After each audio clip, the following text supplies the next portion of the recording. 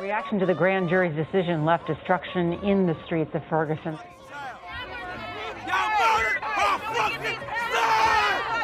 In 2014, after a white police officer killed an unarmed black teenager, the country was gripped by an outpouring of anger. The protests in Ferguson revealed a deep frustration with the criminal justice system.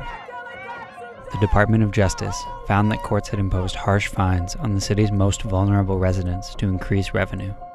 Local authorities consistently approached law enforcement not as a means for protecting public safety, but as a way to generate revenue.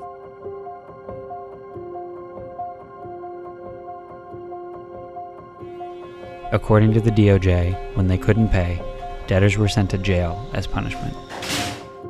Nusrat Chowdhury, an attorney with the ACLU, said the protests highlighted what communities of color had been frustrated about for years.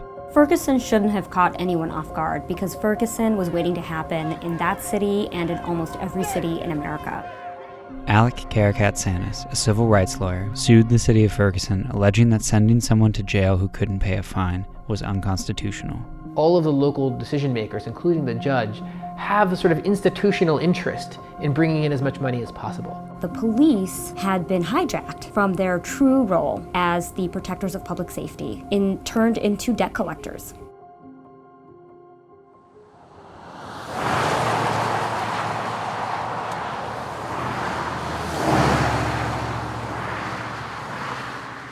Civil rights organizations would go on to sue at least 10 cities across the country for this practice.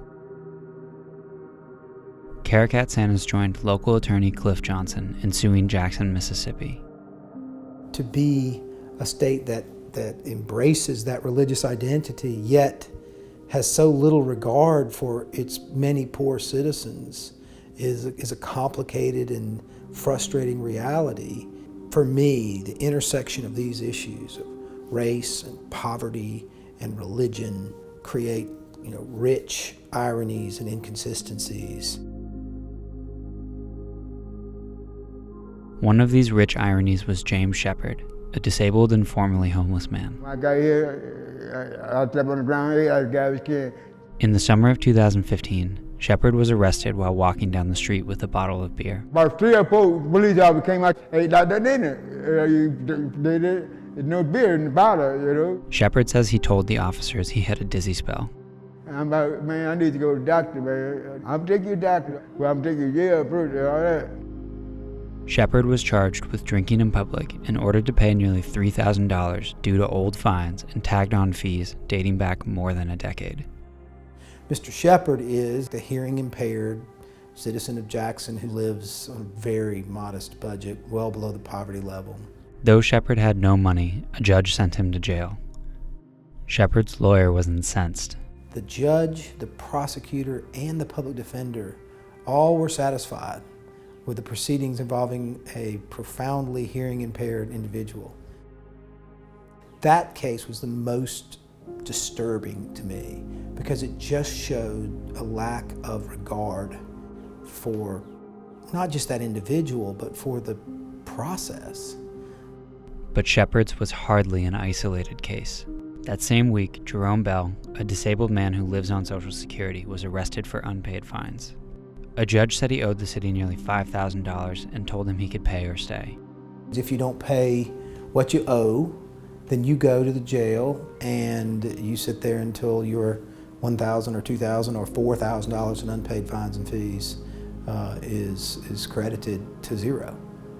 For Bell, who lives below the poverty level, this meant either pay the fine or go to jail for 6 months. It feels like you're lost. You're stuck. It's like you're in a hole. You can't climb out. In late 2015, Bell and Shepard became the two lead plaintiffs in the major class action suit. Jackson became one of many cities to change its policies on jailing poor defendants for an inability to pay fines. While many judges nationally have relied on this practice for decades and stand by it, sending a poor person to jail for an unpaid fine is illegal.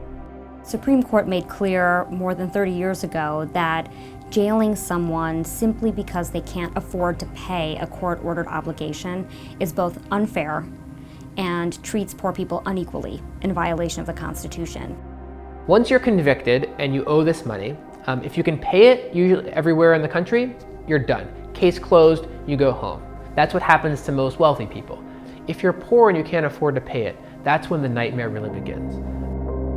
Those people become behind on their payments.